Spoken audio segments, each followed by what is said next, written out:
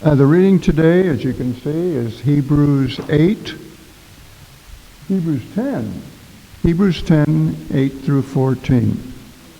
Hebrews 10, starting at verse 8 through verse 14.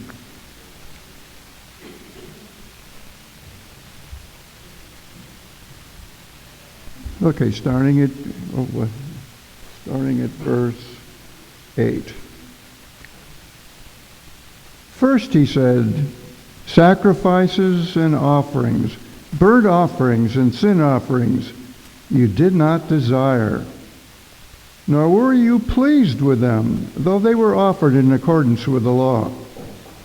Then he said, here I am. I have come to do your will. He set aside the first to establish the second. And by that will we have been made holy through the sacrifice of the body of Jesus Christ once for all. Day after day, every priest stands and performs his religious duties. Again and again he offers the same sacrifices, which can never take away sins. But when this priest had offered for all time one sacrifice for sins, he sat down at the right hand of God. And since that time he waits for his enemies to be made his footstool. For by one sacrifice he has made perfect forever those who are being made holy.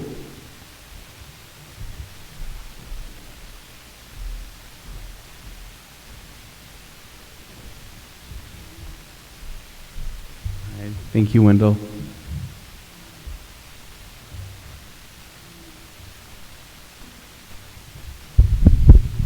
All right, good morning. So Scott was actually not supposed to be here today, which is why it's probably weird that I'm up here instead of him. He was supposed to be in Sacramento, but because of all the things going on in the neighborhood and in our city, he felt he had to be here today. So it's nice having you here. You can correct me as I go. Just slip a hand up and be like, So I wanted to just start out by kind of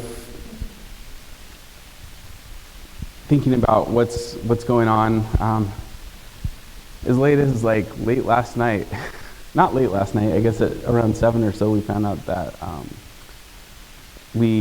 our country helped to bomb nuclear sites in Iran, and it's kind of a scary time.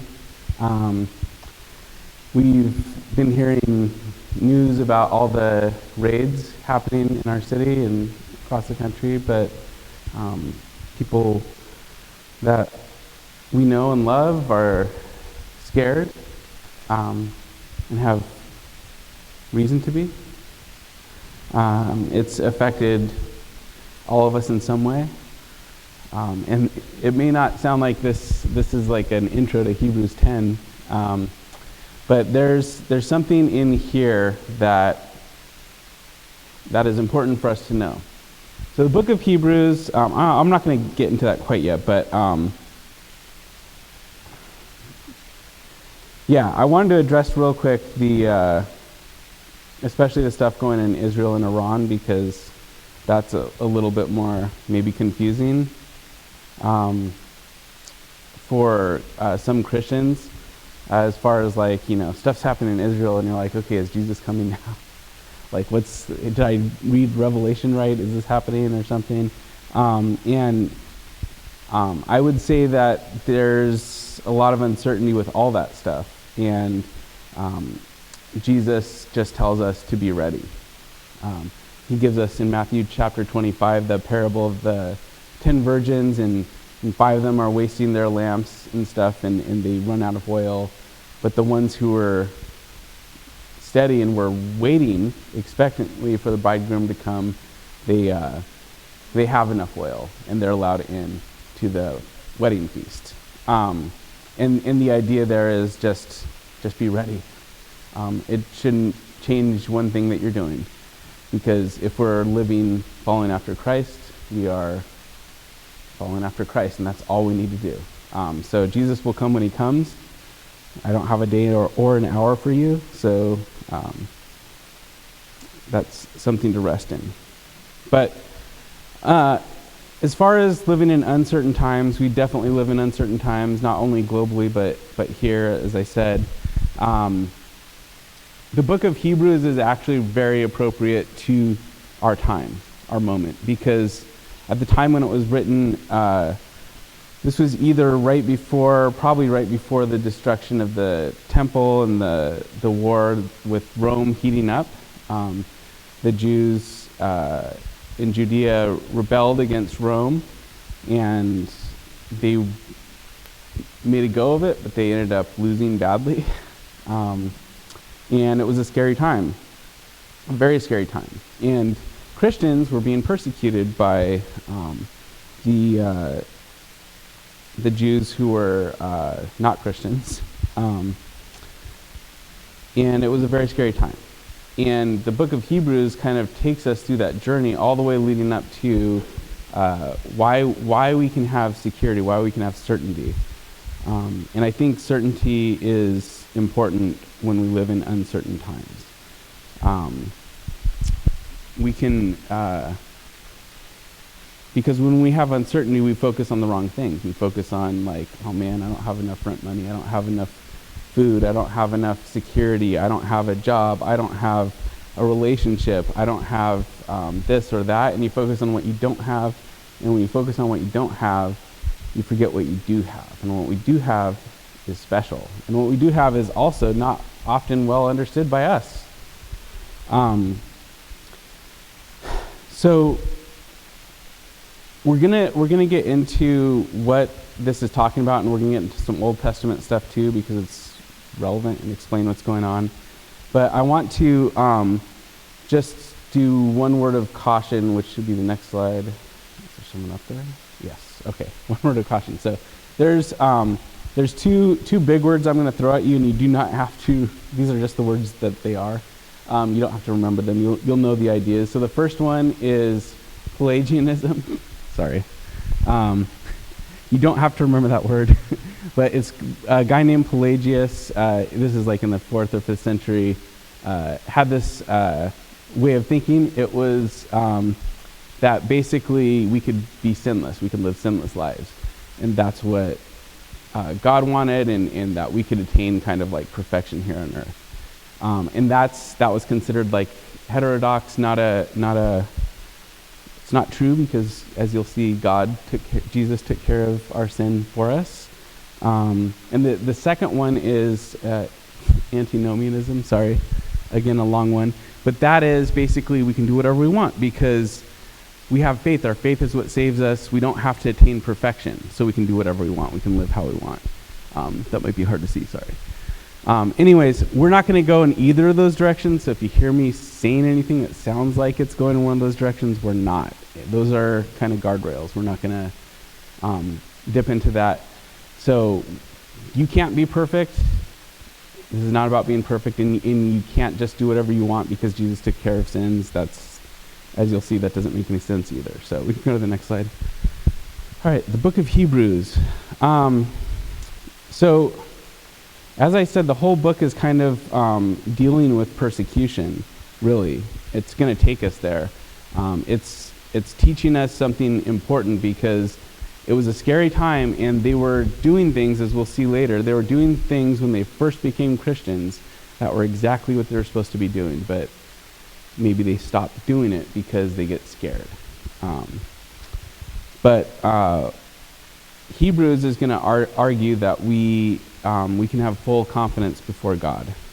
And there's, it basically takes on the two big issues of humanity, which are the two big issues that we all face, are sin and death, right? Sin keeps us from God, and death keeps us from life. So it kind of deals with both those in kind of a deep way, and shows how Jesus takes care of both those problems.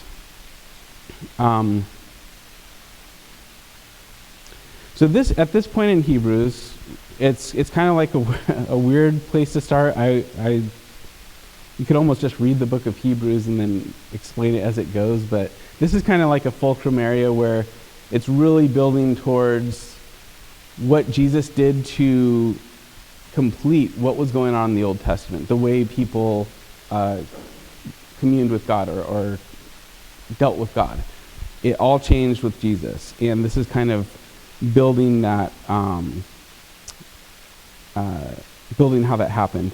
And in order to kind of understand what's happening in this passage and in the whole book of Hebrews, we have to kind of understand the sacrificial system in the Old Covenant. So I'm not going to go very deep, don't worry. I know you're like, Leviticus, yes.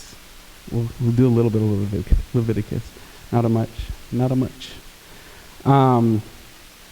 So one thing that I think is important is just like the word sacrifice is kind of not the same word as we use it as it was back then. So if we think of sacrifice, like you can think of like a baseball player making a sacrifice. They get out so their player can get a run, right? Or a soldier might sacrifice his life for his country, right? He gave up something. He gave up his life for someone else, for his country. Or Thanos needed the Soul Stone, and in order to do that, he had to sacrifice what he loved most, which is his adopted daughter, Gamora. And he was able to get it. It's a Marvel movie, so probably no one's seen it. Avengers Endgame. All right. So that's kind of our idea of sacrifice, right? You give up something for someone else. And that's not how sacrifice actually works in the Old Testament. All right. Now, I do want to say that Jesus did give himself up for us. That's true. But what was meant by his sacrifice is actually something different. So it does fit the modern term, but actually it also fits the older term. And we're going to see what the older term means. Because it didn't mean just giving yourself up. Because a lot of people did that. In fact, Jesus wasn't the only Jesus to die on the cross, and he wasn't the only so-called Messiah. He was the Messiah, but not the only one who was called Messiah to die on a cross. So a lot of people did that, but he did something special, and we're going to see what that is. All right. Okay, so I do also want to say that there's a lot of places in the New Testament that describe what Jesus did on the cross in different ways. This, Hebrews describes him in a particular way. So it describes him as a high priest, really like on the Day of Atonement, cleansing us of all our sins. And we're going to try and understand what that meant. But if you look at like the Gospels, he's described as the Passover lamb, and that's a different thing. So the way Jesus' work on the cross is described in the New Testament will vary, but it's because so much was going on. So this is not the only way to look at his death on the cross, but this is how Hebrews is going to understand him as a high priest. So we're going to dip our toes into a little bit of atonement theology, but not much. So the Old Testament. Who's ever read through the Old Testament or started to? Started to counts too, if you started to. So what happens is, if you ever decide to read the Bible cover to cover, you're at Genesis. And it's good, right? There's all these stories. Some of them you know, like Adam and Eve and Noah, and then some of you don't. But it's all like little stories, not too long. And you get through it, and you're like, okay, this is good. And then you get to Exodus, and it's like there's so much drama, and there's the parting of the sea, and I'm not on that side yet. Sorry. I'm on. Oh, okay. There's the parting of the sea. There's the burning bush. There's all this stuff in Exodus. But then you get to this like really detailed description of the tabernacle. Do you guys remember that part? You get to it, and you're like, oh, this is taking forever. Okay, you get through it, and it's a lot of detail. You're like, all right, got through that. And then they almost word for word, again, the exact same description of the tabernacle repeated. You're like, well, why did you write that again? And there's a reason for that we're not going to get into, but you're like, finally, I'm out of that. And then you're in Leviticus, and you're like, ugh. There's like one or two interesting stories, and it's like all this detail about sacrifices and all this stuff. And so maybe we read through it a little bit quicker than, some of the other stories. Like, I saw the words, next page. And so maybe we have an idea of what was going on in our mind, or we think, hey, they got that's like a complete manual on how to do sacrifices in the Old Testament. And the surprising thing is, actually, if you had the book of Leviticus and you made a little altar, you couldn't figure out how they did sacrifices, because there's things they just don't tell you. So you wouldn't know what to do in every single situation. Things were passed down in that time orally. They didn't have books passed around all the time. They wrote down certain important things, but Leviticus is not a manual for how to do a sacrifice. So there's some things we just don't know. But we can get an idea of like the purpose behind it and the heart behind it. Maybe not completely, but a pretty good idea. So the purpose of sacrifice and the whole sacrificial system was not actually to like absolve sin. So I used to think like, oh, they did a certain sacrifice if they did a sin. Like, I did an adultery and now I got to go do my sacrifice and I'm good. In fact, there's no sacrifice you can do for adultery or murder or certain things. Like, there's just no sacrifices for that. It wasn't like you did something, now God needs you to kill an animal. That's not at all how it worked. It was quite different. It is definitely related to sin, but in a very different way. So let's get an idea of what was happening. Let's just zoom out a little bit as to what Israel's situation was. God, way back in Genesis, Adam and Eve, they ate some fruit they weren't supposed to eat, from a tree they weren't supposed to eat from. And as a result, they were exiled from the garden, meaning they were cut off from direct access with God, and they were facing the prospect of death, so they would die. Two bad things, right? Sin and death. So God made a way for him to be with his people. So he made a covenant with Abraham, and through his children, Isaac and Jacob, who name changed to Israel, the nation of Israel happened, and God, when he took them out of Egypt, gave them a way to live with him. So the first thing you should know is that living with God is dangerous. Just dangerous. Why? Because he's holy. There was a time when Moses was up on the mountain, on Mount Sinai, and he couldn't even see God's in his full glory. He had to see his reflected glory.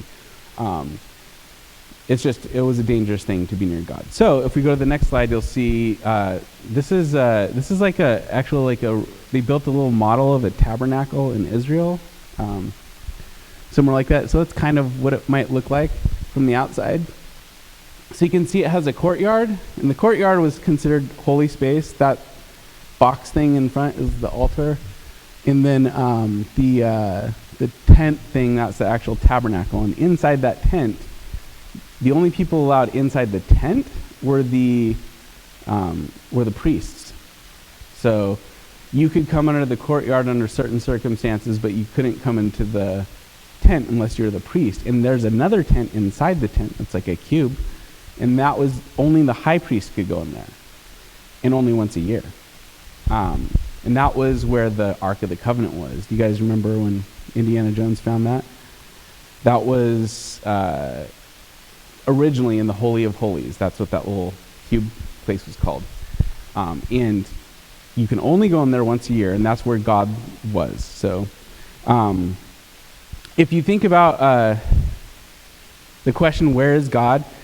We've got a lot of Christians here, right? Where is God? If I just asked that question, what would you say? Where is God? Everywhere. Okay, I heard everywhere. Any other? Yeah, I mean, you would say everywhere. God, we have access to God anywhere, right?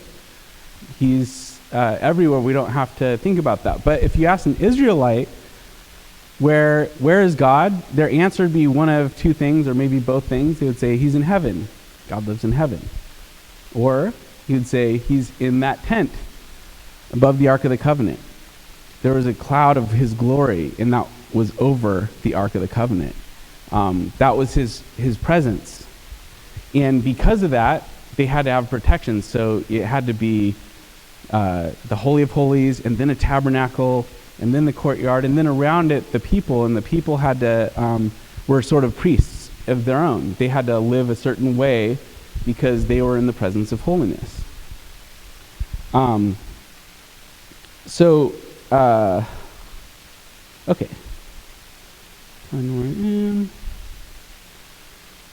All right. So the closer you got to the Ark of the Covenant, the more you had to purify yourself. The altar itself, if you want to go to the next slide, this isn't the altar. This is an altar. So you can see it's a square kind of, and it's got these 4 horns on it. This is a real artifact they found. It was the real one. The one in front of the tabernacle was like 7.5 feet by 7.5 feet. So 7.5 feet long, 7.5 feet wide. It's like a square, and it was 4.5 feet tall. So I don't know, something like that. The one in front of the temple was huge. It was like 30 by 30 and 15 feet tall.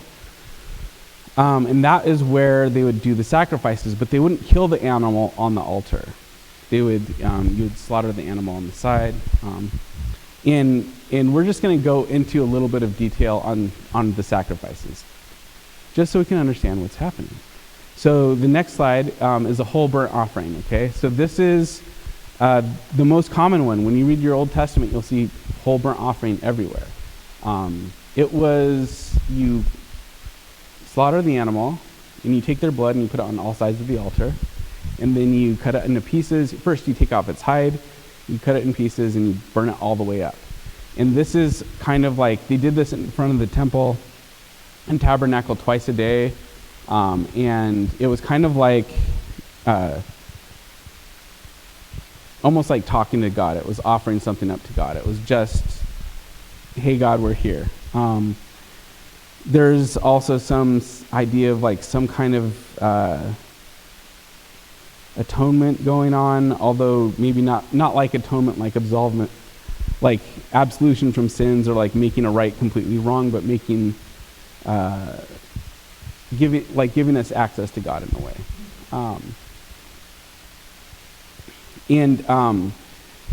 The blood, I want to mention the blood that they put on. We'll talk about blood a lot. The idea behind blood was that it was where the life was. So we see that in Genesis, and again in Leviticus and Deuteronomy. We don't shed blood, human blood, because that's where the life is. So the blood, really, to them, it was life. I mean, to us, it's life too, right? You see blood, it's bad. You see blood coming out of someone, it's bad. If you get blood and you're in the hospital, it's good because it can give you life.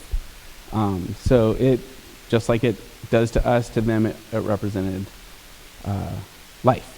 So the next one is a grain offering, and it's similar to a burnt offering. The rabbis kind of called it a poor man's burnt offering. So it's not an animal, but it's a grain offering. You just burn it up. And part of it does go to the high priest and his sons, but yeah, for the most part, it just burns up.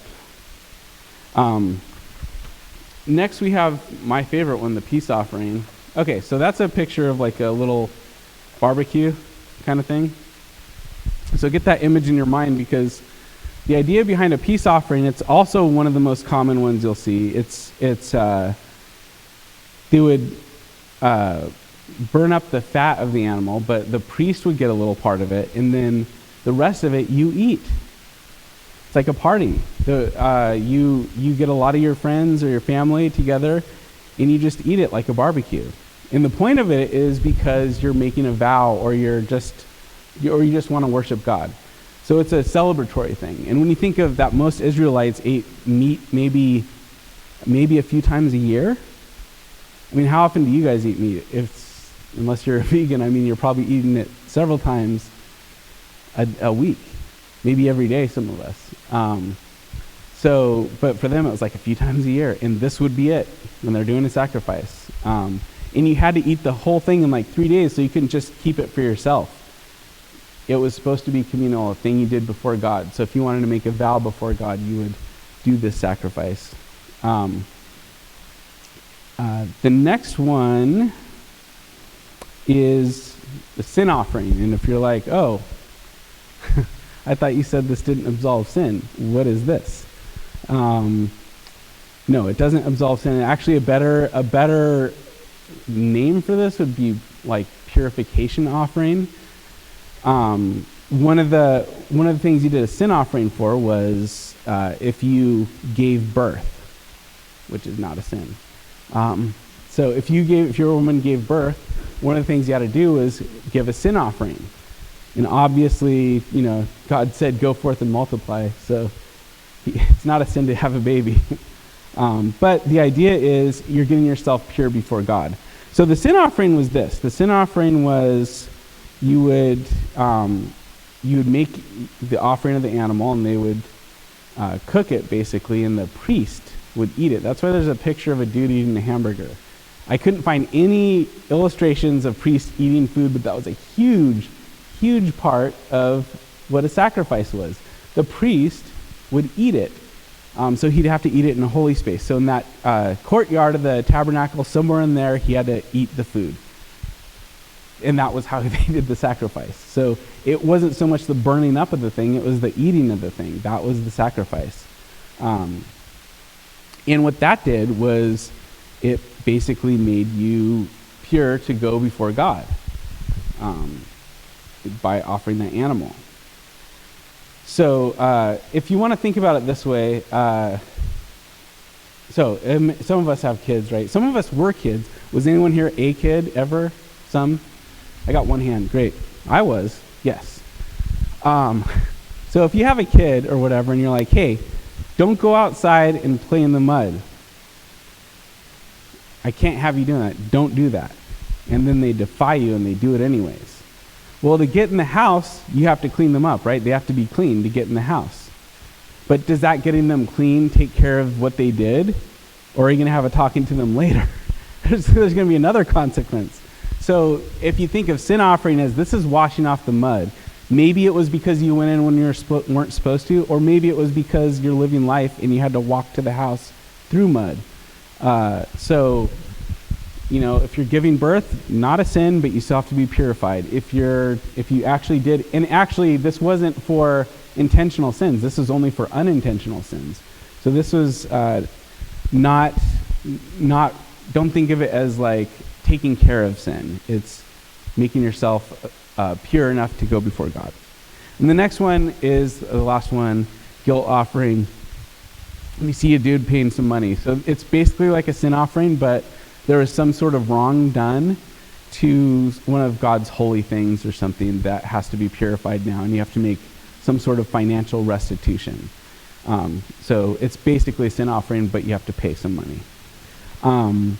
The next one is not an offering, but it's a Day of Atonement. So there's a nice picture of 2 goats. The Day of Atonement, you've probably heard of it. Who's heard of Day of Atonement? Like, you know about it. Okay, perfect. So I don't have to say anything. I'll tell you anyways. So the Day of Atonement happened once a year, and the high priest, there's only one of those, the high priest would make a sacrifice. He'd sacrifice a bull and make a sin offering, so he'd eat part of it, and he'd sprinkle some of the blood in the Ark of the Covenant, over the Ark of the Covenant in the Holy of Holies. Then he'd come back out, and that was for him, for making him pure. And then he would do 2 things with the goats. One, they would place hands over one of the goats, and that goat went out to the wilderness. That was all the sins of the people going out to the wilderness, out of the camp. Because remember, the tabernacle design, it was taking the sins away from where God was. And the other one was the innocent one, and that one was the one that got killed. And he would sprinkle the blood in on the top of the Ark of the Covenant as well. And that was for the sins of the people. But the idea was so that the people would be pure before God. All right, that's a lot of kind of boring stuff, but important, because you can see that we are not, that they were not doing these sacrifices to take care of a sin problem they had. It's not like I did this, I make this sacrifice, and now my sin problem went away, and I'm perfect right now. That's not what was happening. It was giving them access to God. So it was a way that God gave them to be with him in spite of their sin. So the author of Hebrews is going through a lot of links to show us that Jesus is our high priest, and we get to this passage. But before we get to it, he's quoting a passage in the Psalms, Psalm 40. And I'm just going to read that passage for you right now. So this is the passage in Psalm 40. It's verses 6 through 8, if you want to follow along. It says, sacrifice and offering you do not desire, but you have given me an open ear. Burnt offering and sin offering you have not required. Then he said, here I am, in the scroll of the book it is written of me. I delight to do your will, O my God, your law is within my heart. So the psalmist, even in these Old Testament times, is saying these offerings don't matter. And the example I want to use is if we go to the next slide, you can see this surgeon-looking guy, okay? So imagine a guy is a plumber, and he gets all scrubbed up. He does sterilizes everything. He gets in the gloves and the suit and the little booties and the mask and maybe another mask and the hat thing and those goggles or whatever, and he goes up and he goes in front of the patient, and he's completely qualified to be in front of that patient because he's clean, right? But the problem is he's a plumber, and maybe a plumber isn't the right one to do that. So God is like, yeah, you did all these sacrifices and stuff, so you're clean before me, but I don't want you here. You're not following my will. You're living how you want to live. Being clean so you can come before me doesn't matter if I don't want you there because you're not in my will. So that's kind of the idea behind what I think the psalmist is saying. And then when we get to our passage in Hebrews, he says, let's see, verse 8. Okay. In Hebrews, he says, when he said above, you have neither desired nor taken pleasure in sacrifices and offerings and burnt offerings and sin offerings. These are offered according to the law. Then he added, see, I have come to do your will. He abolishes the first in order to establish the second. And it is by God's will that we have been sanctified, or we've been made holy, through the offering of the body of Jesus Christ once for all. It was only one time that Jesus had to do this, and we're going to get to why this is important. We don't have to sacrifice Jesus over and over again. Jesus doesn't need to do it over and over again. He made one perfect sacrifice. Let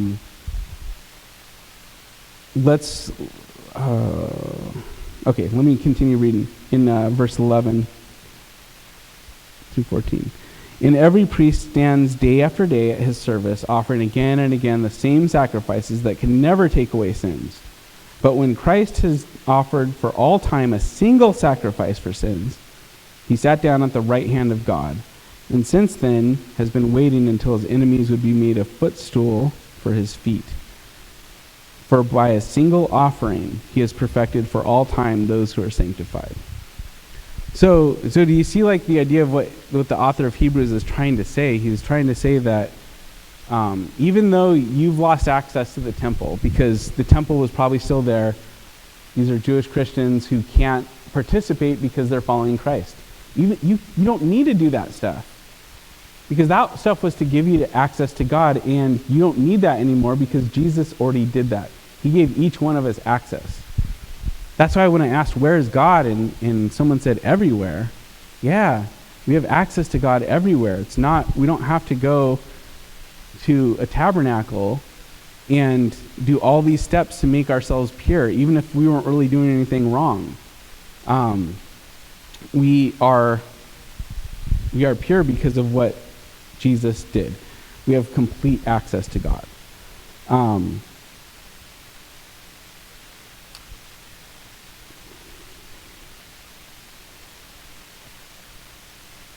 So, how can having Jesus as our high priest and giving us the ability to come before God, something that was once incredibly dangerous, how does that help us through scary times, like the times we're living in?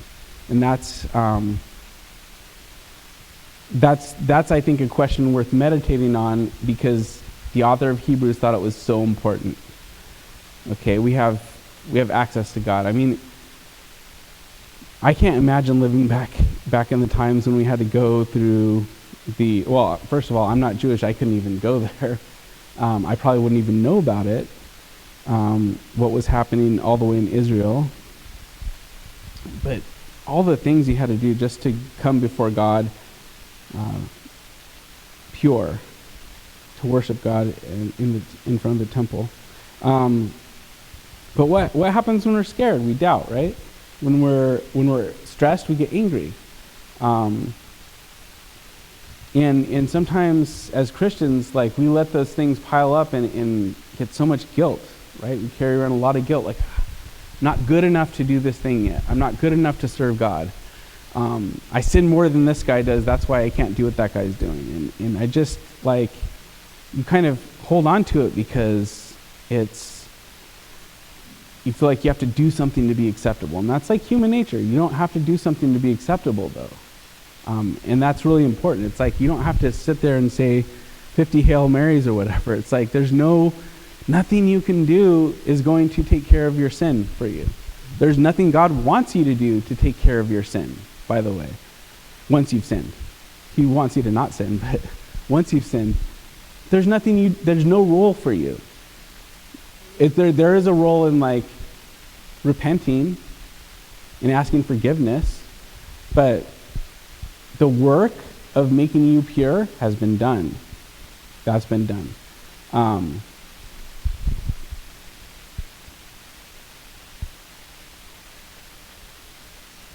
Jesus took care of the purification process. If we read a little further in the same chapter 10, verses 32 through 36, I'm just going to read that passage for you. But recall those earlier days when, after you had been enlightened, you endured a hard struggle with sufferings, sometimes being publicly exposed to insults and afflictions, and sometimes becoming partners with those so treated. For you had compassion for those who were in prison, and you cheerfully accepted the plundering of your possessions, knowing that you yourselves possess something better and more lasting. Do not, therefore, abandon that boldness of yours. It brings a great reward. For you need endurance, so that when you have done the will of God, you may receive what was promised. We need that certainty. We need that certainty that Jesus has done for us what we couldn't ever do for ourselves. He's given us access to God. He's more than a bridge. He's like, he erased any veil. There's nothing separating us from God. And that is something that can be easy to forget. It's easy to forget. We spend a lot of time as Christians trying to not sin. And it's important that we try and live a life that pleases God. But the reason is not because, if I sin a lot, God's not going to accept me. No. That should not be a motivation. If you sin a lot, that doesn't have anything to do with whether or not God will accept you, because Jesus' blood did that. Jesus' blood did that. Now remember, I told you earlier, it was like it was called antinomianism, where you can do whatever you want because Jesus took care of your sins. No. Okay, because if you're following Jesus, if you're a Christian, if you're following Jesus, let me put it like this. If you're a Swiftie, do you guys know what a Swiftie is? A Swiftie, I got one Swiftie right there, is a Taylor Swift fan. They're like mega fans. So if you call yourself a Swiftie and you don't know any Taylor Swift songs, or maybe one or two, are you really a Swiftie? No. No, probably not. You might like one or two songs. But if you're a Christian and you're following Christ, but you say you're following Christ, but you're not really doing what he wants, you can see that you're maybe not a Christian if you don't want to do the things he wants you to do. So it's a difference. It's just a shade different way of thinking about our sin and our relationship to Jesus. But it's not I think it's important because we can let the sins of our past just weigh us down, and that's not what God wants.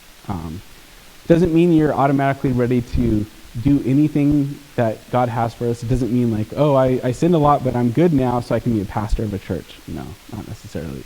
There's other things that go into it. But it does mean you're acceptable. And man, when we look around the world, there are Christians in Iran right now, in Israel, in this neighborhood, in the city, facing persecution, not necessarily for their faith, but maybe for their faith, and facing dangers. And there are brothers and sisters. And they are just as acceptable to us, no matter what they've done, as we are, because of what Jesus has done. So when times get scary, like they are now, it's something to hold on to, is that Jesus did something on the cross through his death and resurrection that we could never do for ourselves. And it is perfect, and he did it once. He doesn't have to do it again. And we have full access to our Creator. And that's it. Let me just close this real quick in prayer. Father, thank you for just sacrificing for us, Lord, for making us clean, making us holy, Lord. In spite of everything we do to distance ourselves from you, God, I just pray that you would watch over our city and in our neighborhoods, Lord, and just let us rest in knowing that you are